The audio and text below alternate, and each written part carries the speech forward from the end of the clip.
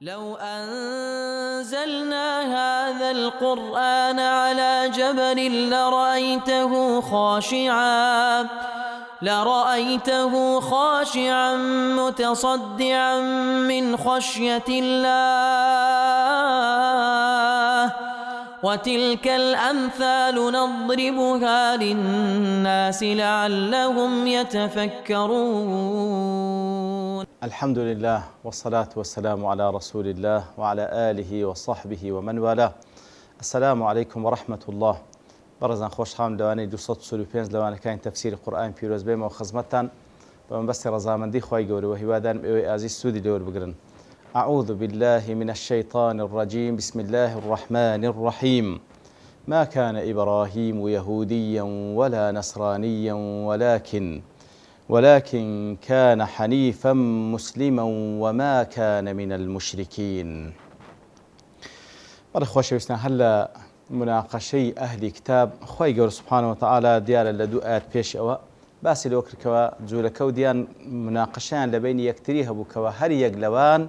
درباري إبراهيم عليه الصلاة والسلام ديدا بالخوي جولك ديقو إبراهيم جولك بوا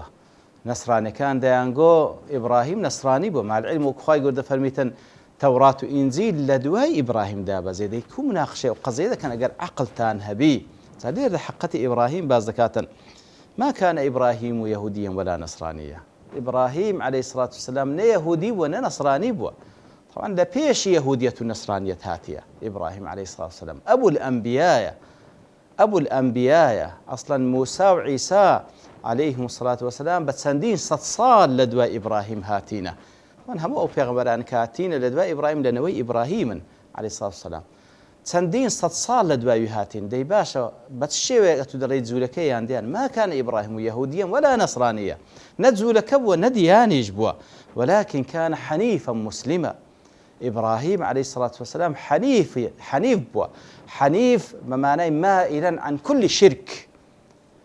حنيف بووە واتە بە هەموو شێوەیەک دوور بووە لە شرك. مسلم بووە أو فري خوي تسليمي خوي جورة كذا وكل سورة البقرة خوي جورة كاتك لوصف إبراهيم هذا فرمي إذ قال له ربه أسلم قال أسلمت لرب العالمين. خوي جو هذا فرمي تسليم با لبوه همو أوامر قدري وشرعي خوي قال أسلمت لرب العالمين. إبراهيم ده فرميتن تسليمي رب العالمين بويما كواتا بمعنى عامكي مسلم بمعنى التسليم بون كواتا بيغمبران عليهم الصلاة والسلام همو أتباع بيغمبرانيش أواني أتباع راستقيني بيغمبران همو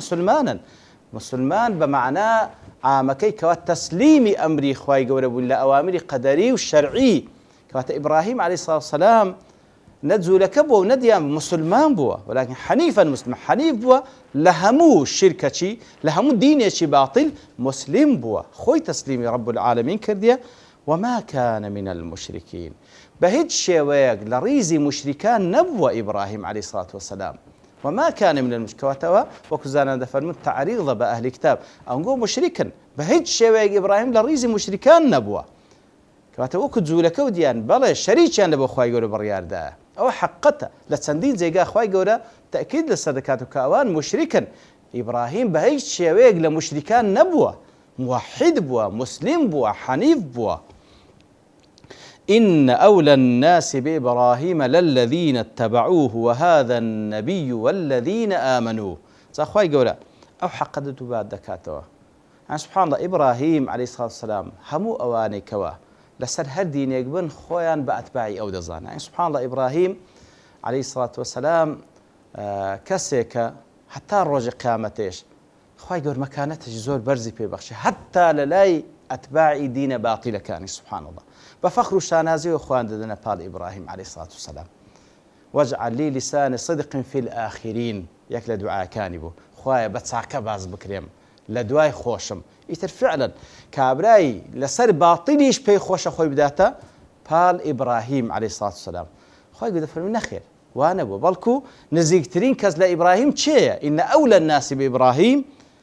للذين اتبعوه كوات السيكز بازك يا أخو السي الصنف بازك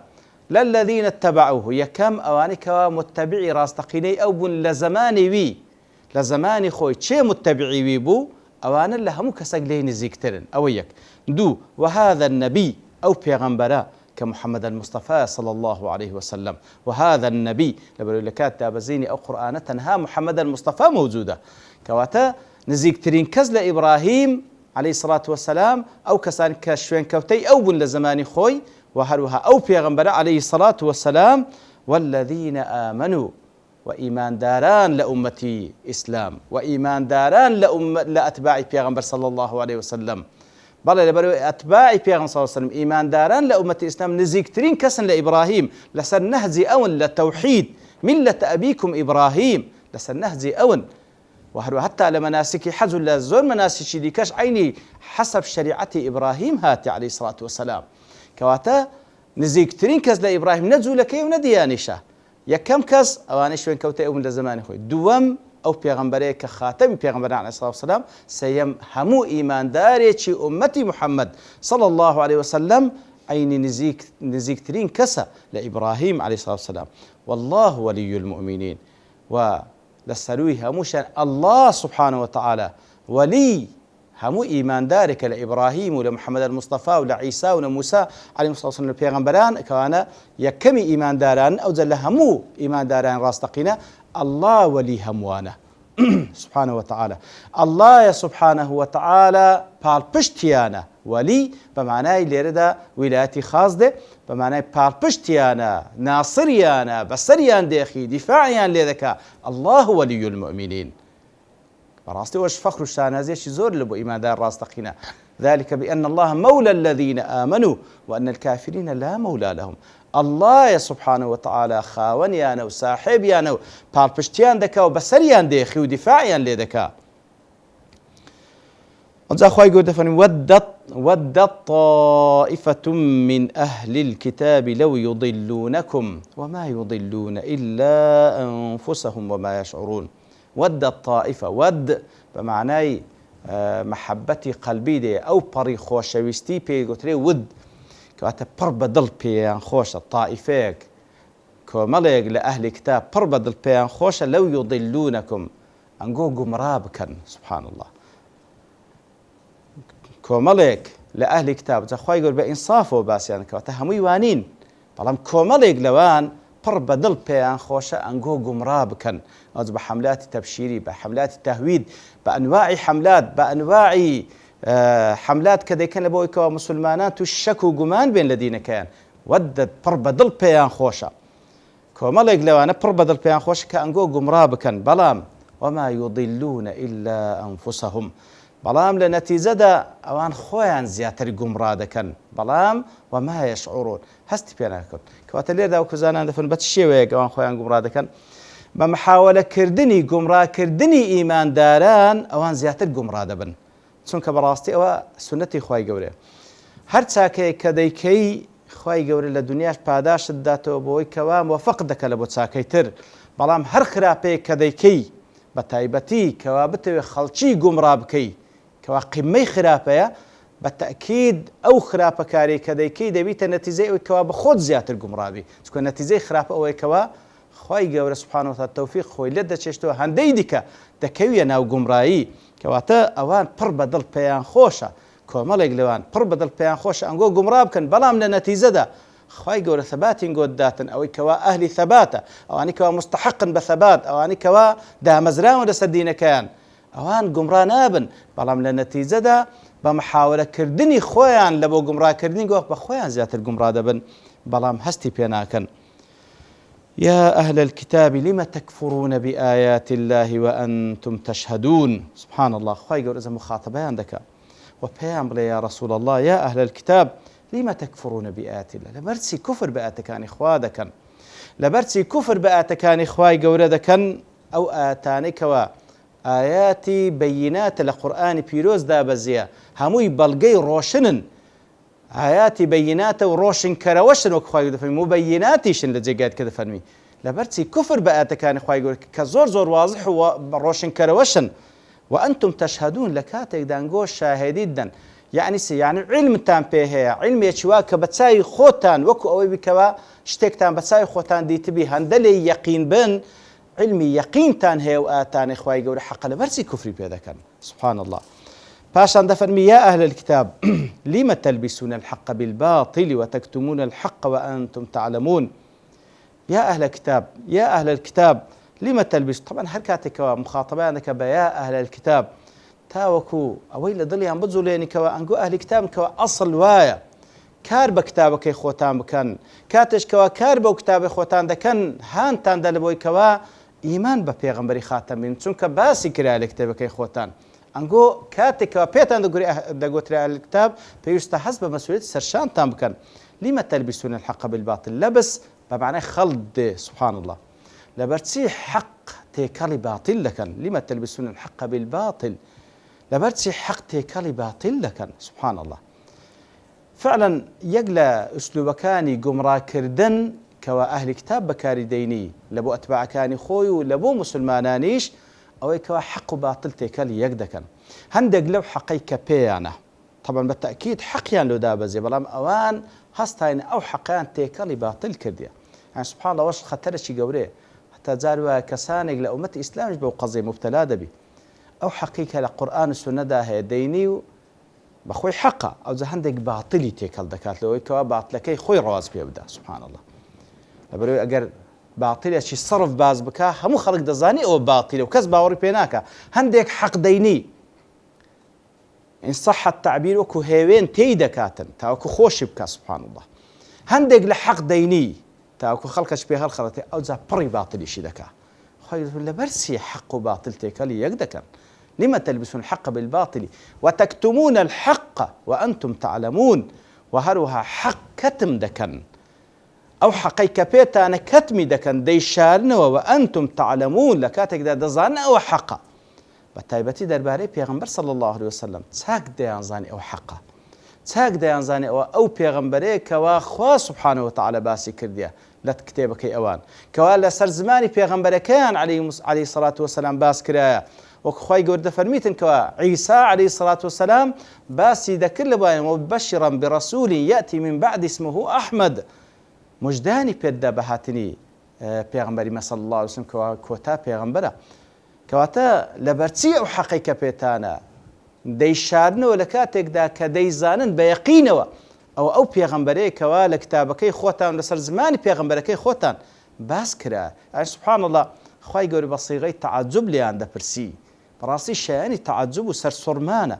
كسك حقيش بيبي بيشاريته سبحان الله كسك حقيش بيبيتن بباطل تيكاليبك آخر والله همو دنيا أون دينايني أو حقيقة بيتا بباطل تيكاليبك همو دنيا أون دينايني كوا حقك بي بيشاريوه يعني تقازان زيك دكي سبحان الله لكاتك دا قيامتي شي نبراوه خوانا خواست أقروات كرد سزايا شي نبراوه تصاوروان الدكا كواتل برسي أو كارقيزة وندكي سبحان الله لما تكتمون وتكتمون الحق وأنتم تعلمون. باشا خواي قول سبحانه وتعالى لا دواتي دواتر خواي قول باس لخطيق لخطكاني أوان دكات من كواتسيان دقو لبين يكتري خواي قول كشفي دكا لبو بيغمبر صلى الله عليه وسلم كشفي دكا لبو إيمان دارانش كشفي دكات كوا. وقالت طائفة من أهل الكتاب آمنوا بالذي أنزل على الذين آمنوا وجه النهار واكفروا آخره لعلهم يرجعون. هندێک لەوان طائفەیەک لە ئەهلی کتاب دەیگوت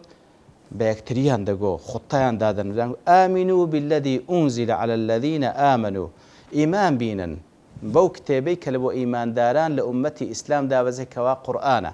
ئیمان بینن بەو قورئانەی کەوا کە لە بۆ ئومەتی ئیسلام دابەزیە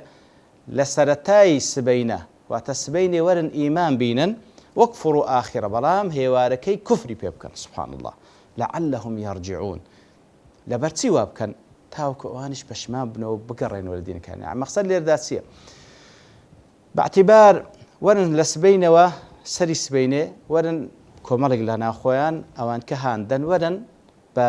وەکو بڵێ بە خیداعێک بە خوتەیەک وەرن لەناو ئیمانداران ئیعلام بکەن کە ئێمە ئیمانمان بەو قورئانە هینایە کە بۆتان دابەزیە بەڵام لە بۆ هێوارەی کوفری پێ بکەن ئەوجا ئایا بالفعل مەبەستیانەوە لە سبەینەوە لە بۆ ئێوارەی یاخود یعنی فترەیەک بمینێنەوە پاشان کوفری پێ بکەن مەبەستەکە چییە؟ لعلهم يرجعون کات لە ئەسڵەوە ئیمانیان پێ نییە بەس وەرە بە خیداعێک وەرە بە هەڵخەڵەتاندنێک وەرە ئیمانی پێ بنێ و پاشان کوفری پێ بکەن لعلهم يرجعون تاوەکو ئیماندارانیش شەک و گومانیان لێ پەیدا هەڵبگەڕن لە بەرەوەی بڵێن ئەوانە ئەهلی کتابن کاکە بە عیلمەوە هاتینە کە لۆیان بەدیار کرد ئەو حەقە هەو نییە لۆیە هاتنەوە دەرێ لی پەشیمان بوونەوە لۆیە وازیان لێ هێنن دەیوەرن ئەنگۆش بگەڕێنەوە لەو دین کەواتەوە خوتەیە کە لە خوتەکانی ئەهلی کتاب کە خوای گەورە لە بۆ پێغەمبەر صلی الله علیه و سلم کەشفی دەکا و لە بۆ ئیماندارانیش کەشفی دەکا کەواتە خوای گەورە ئاگاداریان کە خوا ئاگادارە بە هەموو شتەکان